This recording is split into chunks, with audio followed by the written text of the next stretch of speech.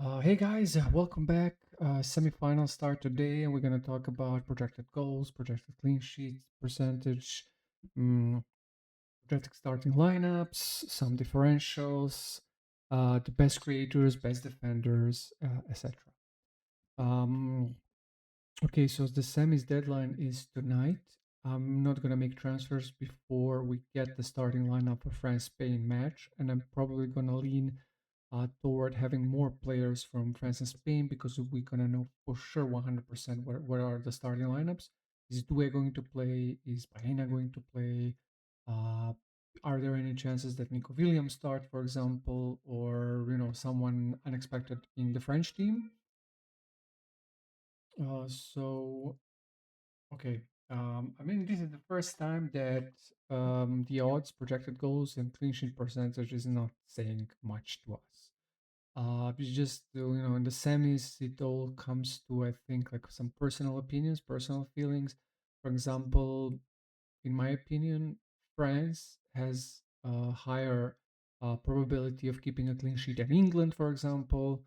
So, but on the other hand, I think Argentina has more goals uh, in I think they can score more goals against England than Spain can score against France, for example. But it's just my personal feel. I'm gonna probably base my transfers based on that because these numbers here are not giving me much.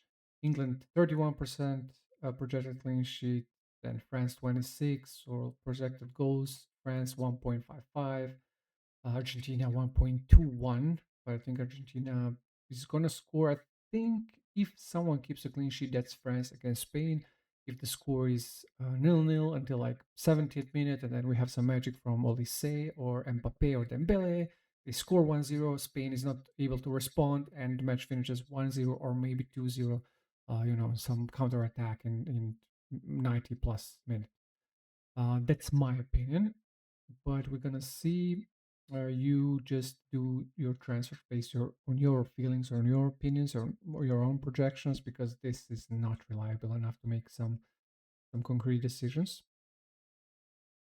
Okay, so just before we start going into those transfers, just take a little bit of a look of some of the best creators in the teams. We probably know who is the best for goals, but in France, for example, we have just all these names that we know. Mbappe, Olise, Dembele. In Spain, what is interesting, the key passes, the best one is Porro, not Yamal, for example. Chances created, Baena actually, and accurate crosses, I think, because Baena is on set pieces. So that's why Baena could be interesting if he starts. But on the other hand, he's just going to play probably 55, 60 minutes. But if Spain scores, they can score with after the set piece. So maybe Baena is interesting in that regard. Then in England we have Rice there in a lot of areas, being the primary creator, and he had some problems before the match against Norway. He had some flu or something like that. He was in the bed for 3 days. That's why he played only 45 minutes, and I think it's time his time to shine against this tired Argentinian midfield. But then when we look at Argentina, it's just messy everywhere. Messi is everywhere. That's really crazy. Then in terms of like defensive leaders, we have Upamecano as a leader in French defense, and then we have Rodri there a couple of times, which is very interesting. In England, it's Anderson in the midfield, 6.5. He will bring you for sure those like 5, 6 points, but probably not much over that. And then in Argentina, McAllister could be an interesting choice because they changed formation, changed the way they play. So now McAllister is more like, Mac 10, the number 10 in this Argentina. So he's still doing some defensive work as well, but he's there with an eye for a goal, so he can score again after he scored against Switzerland. Mm, okay, so these are the latest projected lineups. Not many surprises for France. so far at this point in time, Chouameni has his spot in the starting lineup instead of Manu Kone. In Spain, no changes, but Fabian Ruiz is ahead of Pedri once again. But we will see. We will have those starting lineups, so there is no point in thinking too much about this game. On the other hand, England and Argentina, there are some players who are nailed, but some players who are very questionable, like Pickford is nailed, for example, but then will England start with Konsa on the right back or Reece James? And then if Reece James starts, is Konsa going to take the place of John Stones? Or Stones is staying?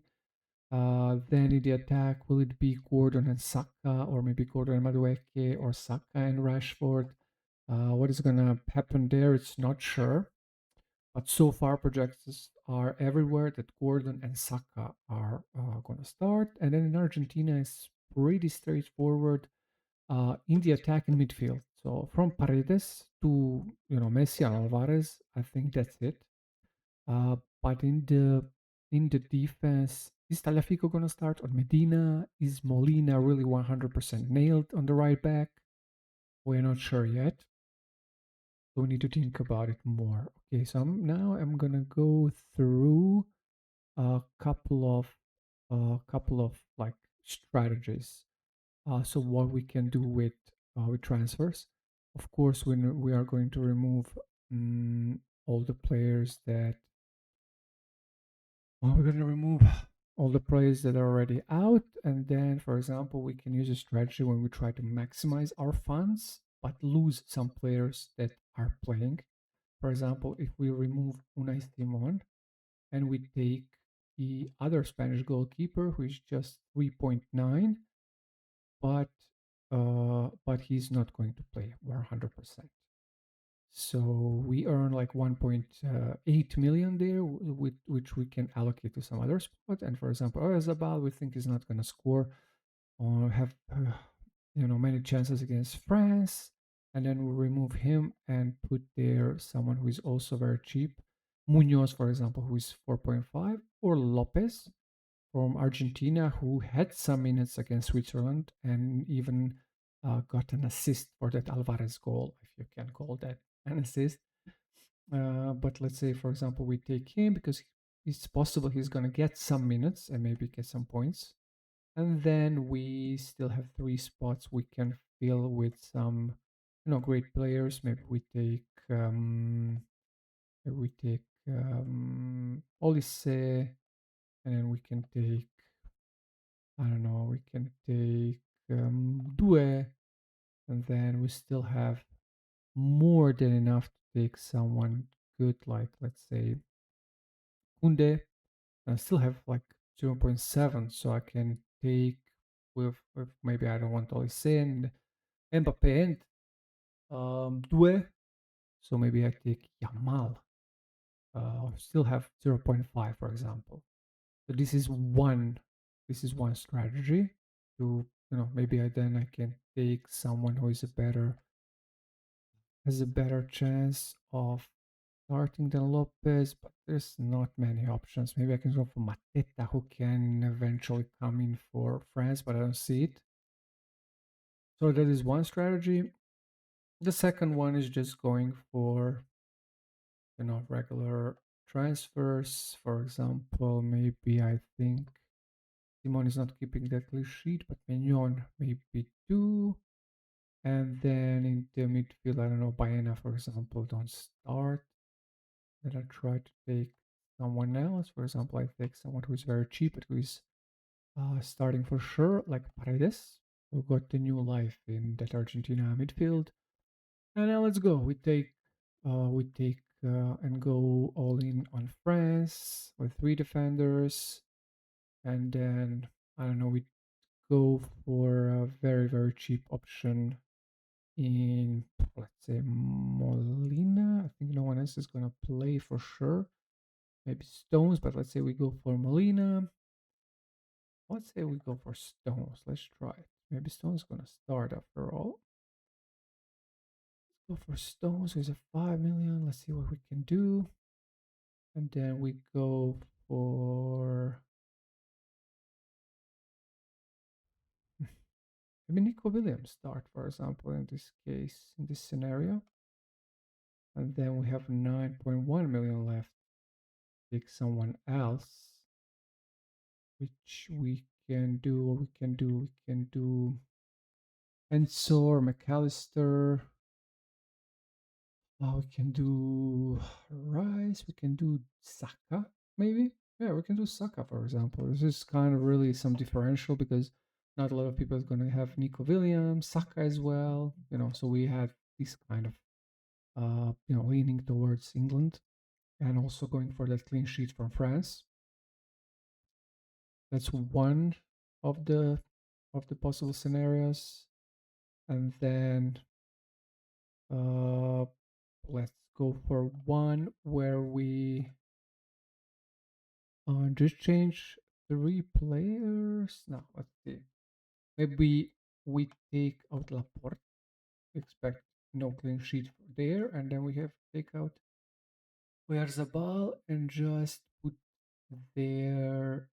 We put there, let's say, Hurricane. Let's say we take a Hurricane, and then in defense we take two very cheap options in Molina, and then as well Stones, and then we have 1.5 to 2 spots in midfield, and we take, let's say, who's interesting in that regard. Let's say in the midfield, maybe Rodri. Then we have 6.9. 0.9 can we get for that price? Almost scores then. Rino Olmo almost. Maybe go for maybe go for Chouameni. He's gonna start. He's known to score a goal. I mean, I'm not satisfied with this, right? But for example, we want to go and go in on forwards, and we want to have Kane. You start Bellingham, maybe some Mbappe and Messi, and then in midfield you still have some very safe picks in Rodri and Anderson, who's going to get you those 5 or 6 points, and Chouameni is also there with like 5 or 6 points, and then you hope that Bayern or Bellingham also do something, and that forwards excel in the semis, and you have some couple of also good defenders. So those are kind of a strategies how you need to think before you make your own transfers. You need to choose. You want to uh, sell some players for cheaper ones that are not going to play, and then use those funds to really go all in on some quality players, or maybe want to mix it out a bit. This is maybe if you want to go safe. Just have these Rodriguez, Andersons, Tramenis that have safe floor. They're always going to get 5 6 points because they do so much on the pitch in terms of duels and passes and interceptions and tackles and long balls and stuff like that. And then you have really, really premium attack in the front. And so you're safe, you want to keep your position. Or yeah, you go in this like middle strategy, try to get a couple of interesting differentials like Saka, Nico Williams if he starts, Stones in defense where basically no one has him. Let's see how many people have him. 2.7%, you can see here. And he got 6 points against Norway, although they conceded a goal, which is a good sign after a couple of mediocre games. And he's not expensive. Yeah, so that's it for this episode. uh, Wait until the lineups are out. So the match is 9 p.m. Central European time. The lineups are probably going to be there around like 1 hour and 30 minutes before the match starts, and you have deadline for transfers is just 30 minutes before the match starts. So you're going to have lineups and then 1 hour to think it through. So don't make your transfers, don't do your transfers before that. Think about a couple of those strategies. Uh, Plan out like this, do your transfers and then just press the reset button after you do them, and I don't know, screenshot them and then compare them, and wait for those lineups, and then based on what you want. Do you want to chase some players? Do you want to keep your position? Do you want to go crazy? Do you want to go safe? Based on that, do your transfers. Okay, bye, and see you before the finals.